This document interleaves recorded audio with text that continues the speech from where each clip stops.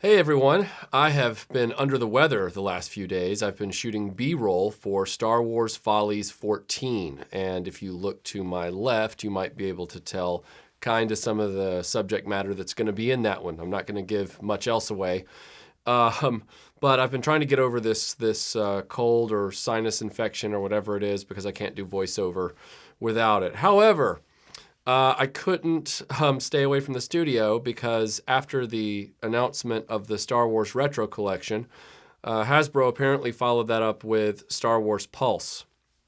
I'm sorry. They followed that up with Hasbro Pulse. I think we all know that Star Wars will be the driving factor on that website anyway, so I apologize for the slip of the tongue. Yeah, Hasbro Pulse. I can see the focus group, in their internal corporate comms and their marketing teams figuring that out right now, where it was like, well, Amazon has Prime, and it starts with a P, and it's 5 letters. We need a word that starts with P and has 5 letters. Pulse. Yeah, Hasbro Pulse.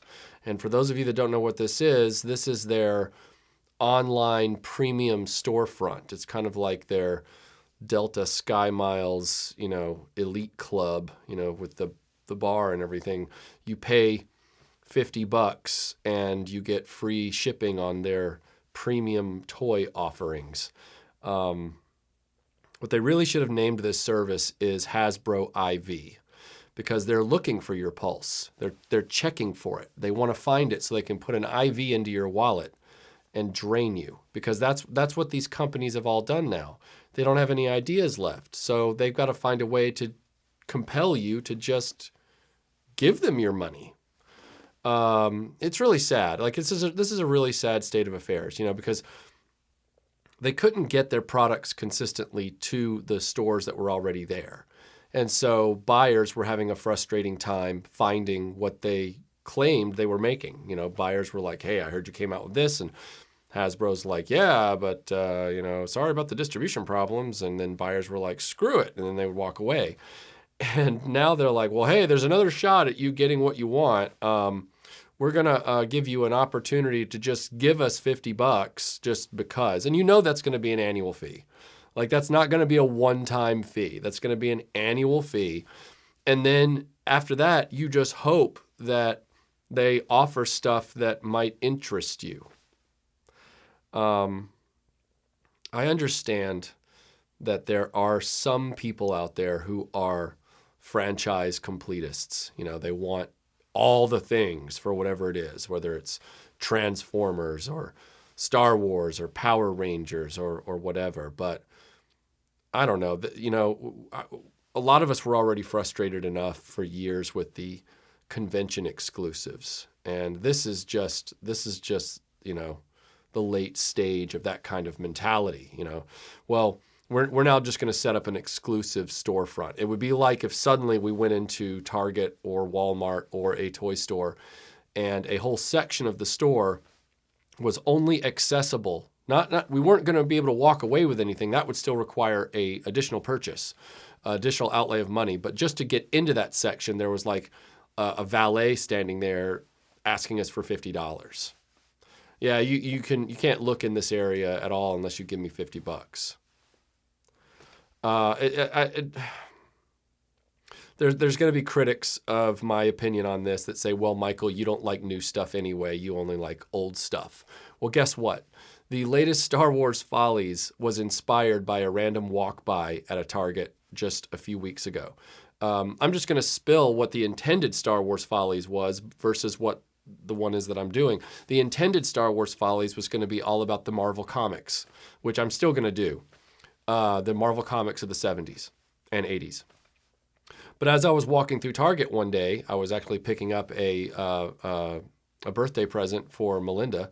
She really likes those Harry Potter Legos. I turned around and I saw this lightsaber. This lightsaber. It's a new product. I believe that's officially Last Jedi branding, even though it doesn't say it on there because it's a new item that came out after the movie. But I was like, oh, wow, that actually looks interesting. I want to look at that. And when I looked at it, it inspired an entire Star Wars Follies that I've got a lot of it shot already. That was a random pass by in the store. I saw something. Hasbro had actually made a product that intrigued me, and so I bought it. And that's the way it needs to work. These premium storefronts with, basically Hasbro has set up a GoFundMe for their multi-billion-dollar corporation. And you guys are going to be paying the freight. Unless you're just a diehard completist that just doesn't feel like your life is complete without every single thing that has the Star Wars logo on it or Transformers, my God, reclaim your bounty. Don't give this a lot of thought before you start plunking down more money every month or year or whatever it is. Because I'm sure right now it's an annual fee, like Prime. I'm sure it's modeled after Prime. I'm sure Pulse is like Prime. But what you're doing is you're paying for the opportunity to browse. And then after that, they charge you the additional money to buy. I'm not doing it. I'm going to stick with the toy aisles for better or worse. I'm going to let them inspire me. At RetroBlasting, we're all about, what you can get at the store, what every kid could get at the store. That doesn't make me noble or altruistic. It just makes me practical, I guess. But that's the way the market used to work. Because toy companies had good ideas and they competed in the public marketplace for eyeballs on those good ideas. And now they don't have any ideas anymore.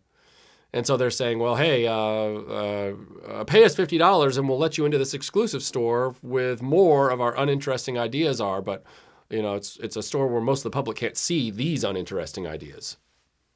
What happened to the original ideas? What happened to things like, for better or worse, what happened to Air Raiders and Sectars and, Sky Commanders and Starcom and, I could keep rattling them off. These things that weren't tied to licensed entertainment properties, these things that were trying to become their own entertainment properties.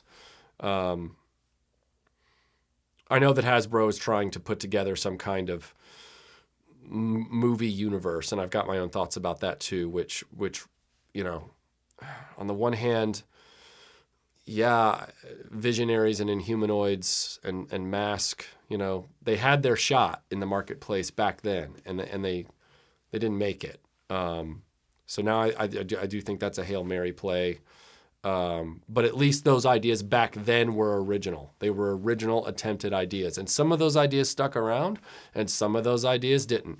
Visionaries didn't stick around. Transformers did. Inhumanoids didn't stick around. G.I. Joe did. And then G.I. Joe got half killed off by its own company, I guess, which is dumb. But I'm rambling now, so I'll just sign off by saying, give yourself, a few moments pause before you click that Hasbro Pulse button. Ask yourself if this is really necessary, because I just don't think this is. I just don't think this is a good precedent to set. And if we, as a collective group, buy into this, it's only going to reward bad behavior on Hasbro's part. I myself, you guys do what you want. I'm not gonna sit back in judgment. I myself am not gonna buy into this, just like I didn't buy into HasLab.